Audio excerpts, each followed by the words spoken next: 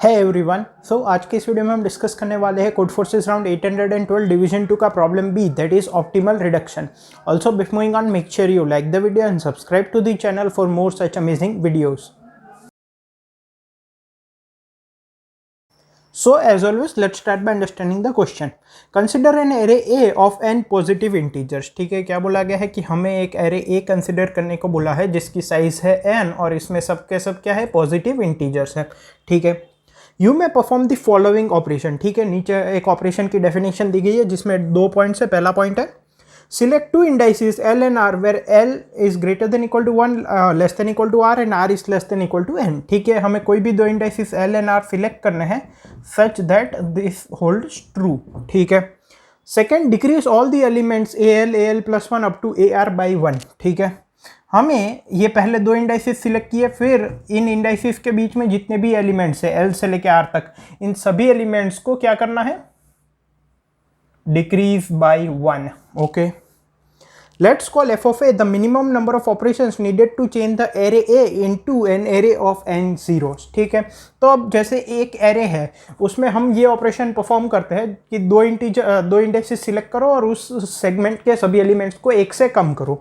तो इस तरह के कुछ ऑपरेशंस करके हम f of a किस तरह से डिफाइन करते हैं, it is the minimum number of these operations, minimum number of operations to make all elements zero। मतलब कि पूरे एरे ए के सारे एलिमेंट्स को जीरो करना है। आखिर में बोला गया है into an array of n zeros। Determine if for all permutation b of a f of a is less than equal to f of b is true। ठीक है, अब क्या बोला गया है कि जैसे हमें इनपुट में एक एरे ए दिया गया है, ठीक है, उस एरे को इन ऑपरेशन से, मिनिमम नंबर ऑफ ऑपरेशन से सभी एलिमेंट्स को जीरो करने की वैल्यू है, उसको हम एफ ऑफ ए बोलेंगे। तो हमें डिटरमाइन करना है कि इस एरे के जितने भी बाकी परम्यूटेशंस है, ठीक है, उनको अगर हम बी बोलते हैं, ठीक है, देन फॉर ऑल बी, मतलब कि for all the permutations of array A, क्या f of a less than equal to f of b true करता है कि नहीं। मतलब कि इसके जितने भी अदर परम्यूटेशंस होंगे उसके लिए अगर हम सेम ऑपरेशन अप्लाई करके अगर सभी एलिमेंट्स को जीरो करने की कोशिश करेंगे तो उनमें जो मिनिमम नंबर ऑफ ऑपरेशन होगा वो हमेशा इससे ज़्यादा या इक्वल होगा। मतलब कि गिवन ऑपरेशन में गिवन परम्यूटेशन में सबसे कम ऑपरेशंस चाहिए। ठीक है, ये हमें बताना है। फिर नीचे बताया गया है कि बी को हम ए का परम्यूटेशन कब बोलेंगे, बी को हम ए का परम्यूटेशन तब बोलेंगे जब उसमें ए के सारे एलिमेंट्स प्रेजेंट हो, बस उनका ऑर्डर कुछ अलग हो। ठीक है, इनपुट किस तरह से दिया गया है, सबसे पहली लाइन में number of test cases, second सभी टेस्ट केस की फर्स्ट लाइन में n, that is the number of elements, and second line में एरे ए दिया गया है। कंस्ट्रेंट्स मैंने यहाँ पे लिख दी है। आउटपुट में हमें क्या प्रिंट करना है, अगर रिमेनिंग सारे परम्यूटेशंस बी के लिए minimum number of operation to reduce that array to zero is greater than equal to minimum number of operations required to make A zero, अगर ये सारे बाकी के परम्यूटेशन के लिए ट्रू होता है तो यस प्रिंट करना है, वरना नो प्रिंट करना है। ठीक है, सभी टेस्ट केस के लिए। सो आई होप क्वेश्चन क्लियर। अब इसके कंसेप्ट पे मूव करें। सो अब यहाँ पे अगर कंसेप्ट की बात करें तो जैसा कि हमें एरे ए के सारे एलिमेंट्स को जीरो करने के लिए जो मिनिमम नंबर ऑफ ऑपरेशंस लगेंगे वो एफ ऑफ ए है, और एक ऑपरेशन में क्या करना है, कोई भी एक कंटिन्यूस सेगमेंट को सिलेक्ट करना है from indices L to R, और इन सभी एलिमेंट्स को हमें क्या करना है, AL plus 1 up to AR, इन सभी एलिमेंट्स को -1 करना है। ठीक है, सब में से एक वैल्यू कम करनी है। तो हमें पूछा गया है कि क्या एरे ए के जितने भी परम्यूटेशंस है उन सब की रिस्पेक्टिव एफ वैल्यूज होगी। ठीक है, तो क्या सभी परम्यूटेशंस को अगर हम कंसीडर करें और सभी की एफ वैल्यूज निकालें, मतलब कि minimum number of operations required to make that particular permutation zero, मतलब कि सारे element zero using these operations, ठीक है, क्या वो ए की बाकी सबके कंपेयर में लेस देन इक्वल टू है for all permutation B of array A, बाकी जितने भी परम्यूटेशन पॉसिबल हैं, क्या f of A is less than और equal to f of B. अगर ऐसा है तो यस प्रिंट करना है। अगर एक भी केस में ऐसा आ जाता है, there exist some case where f of A is greater than f of B, तो उस केस में नो प्रिंट करना है। तो अभी एक तरीका तो ये हो सकता है कि हम ए के सारे परम्यूटेशंस जनरेट करें, उनकी f वैल्यूज निकालें एंड देन कंपेयर करें, बट ये टाइम लिमिट एक्सीड दे देगा। तो हम यहाँ पे क्या सोच सकते हैं कि भाई for the given elements in the array A, for what permutation we will get the minimum number of operations required, मतलब कि फॉर इसमें जो भी एलिमेंट्स दिए गए हैं इसका कोई एक पर्टिकुलर परम्यूटेशन होगा, फॉर विच परम्यूटेशन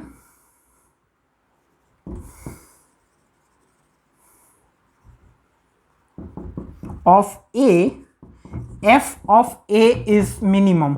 अगर ये हम निकालें तो हमें जो परम्यूटेशन मिलेगा जिसकी एफ वैल्यू बाकी सबके कंपेयर में मिनिमम होगी, अगर वो ए के बराबर है, मतलब कि ए ही वो परम्यूटेशन है, तो हम यस प्रिंट कर देंगे।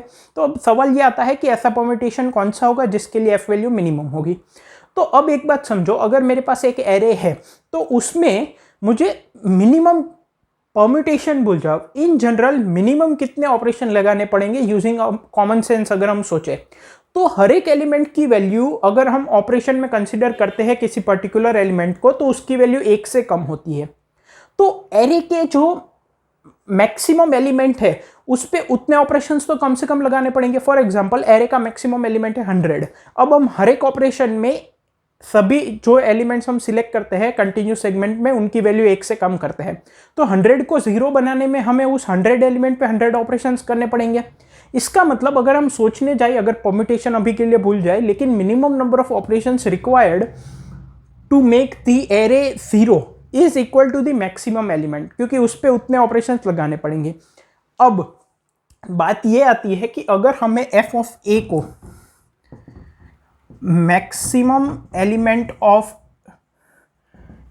ए के बराबर बनाना है तो क्या कंडीशन होनी चाहिए, क्योंकि इससे कम तो ऑपरेशन हो ही नहीं सकते ना। एरे में कोई एलिमेंट है 100 तो 99 ऑपरेशन में तो हम उसको 0 कर ही नहीं पाएंगे। ठीक है, तो अब हमें यह सोचना है कि मिनिमम वैल्यू तो हमें पता चल गई कि मैक्सिमम एलिमेंट ऑफ ए के बराबर होगी, तो क्या कोई परम्यूटेशन ऐसा होगा जिसके लिए हम एफ ऑफ ए इसके बराबर कर दे, तो वही मिनिमम एफ वाला परम्यूटेशन हो जाएगा।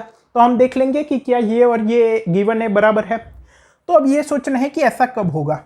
ऐसा तभी होगा जब फॉर एग्जांपल अगर कोई एलिमेंट है, मतलब कि मान लो एक एरे है जिसमें कि 10 एलिमेंट्स है, ठीक है, तो जिसमें जो हाईएस्ट वैल्यू है वो 10 है, सेकंड हाईएस्ट वैल्यू है वो 9 है और थर्ड हाईएस्ट वैल्यू है वो 8 है।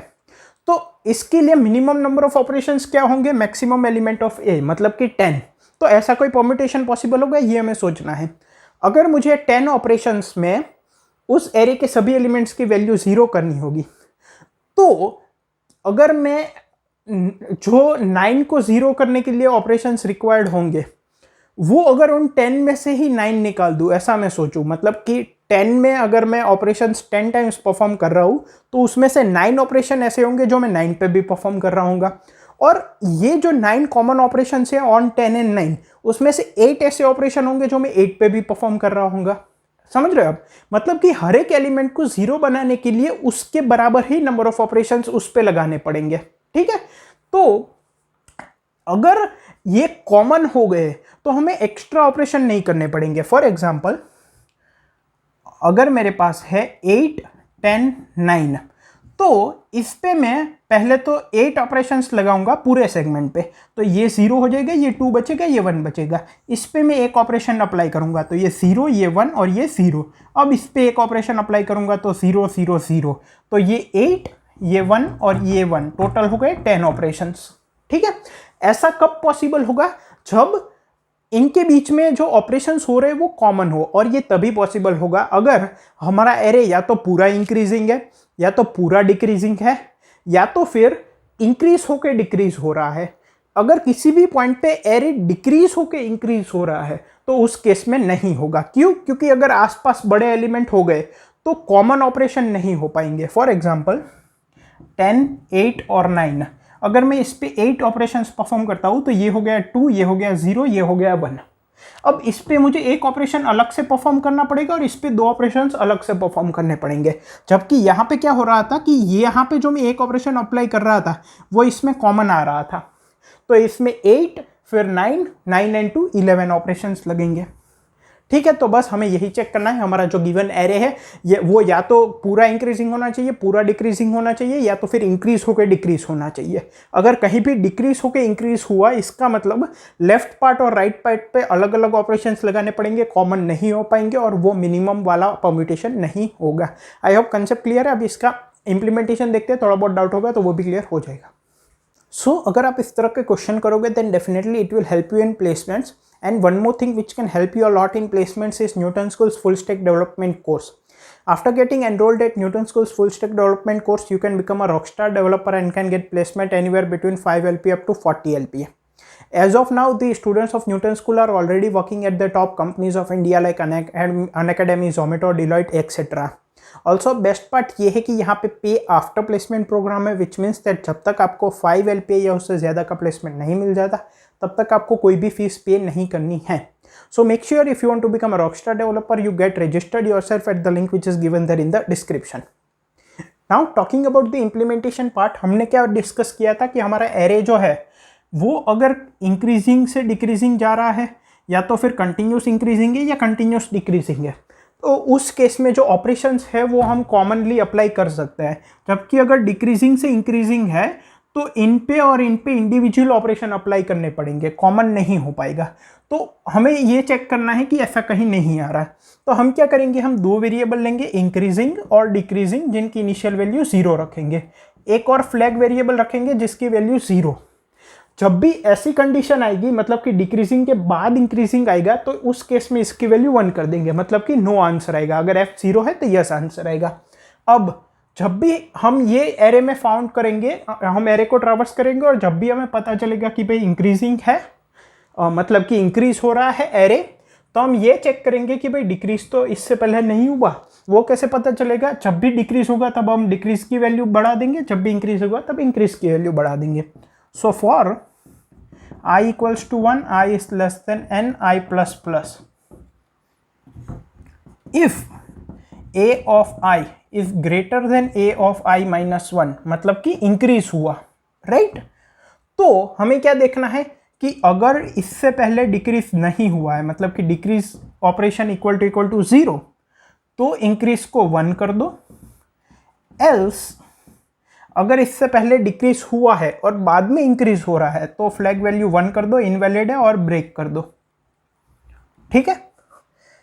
और यहां पे क्या आएगा, else if a of i is less then a of i minus 1, मतलब कि डिक्रीज हो रहा है एरे. तो डिक्रीज हो रहा है तो कोई प्रॉब्लम ही नहीं है, चाहे वो इंक्रीज होने के बाद हो, कोई प्रॉब्लम नहीं है. डिक्रीज के बाद इंक्रीज वाला कहीं भी एरे में नहीं आना चाहिए. सो इस केस में हम सिंपली डिक्रीज जो वेरिएबल है उसको 1 कर देंगे, बिकॉज ये यहाँ पे डिक्रीज हो रहा है. ठीक है. जब हम बाहर आएंगे, अगर f की वैल्यू 0 होगी तो यस प्रिंट कर देंगे, अगर 1 होगी तो नो प्रिंट कर देंगे. ठीक है. टाइम कॉम्प्लेक्सिटी की बात करें तो एक फॉर लूप लग रहा है, so it would be big O of n, and summation of n over all the test cases less than equal to 10 की पावर 5 दिया गया है, तो ये गिवन टाइम यूनिट में इजीली हो जाएगा. सो आई होप कि आपको क्वेश्चन, कंसेप्ट, इंप्लीमेंटेशन तीनों क्लियर है. इसका सोल्यूशन कोड मैंने कमेंट्स में प्रोवाइड किया है. Thank you.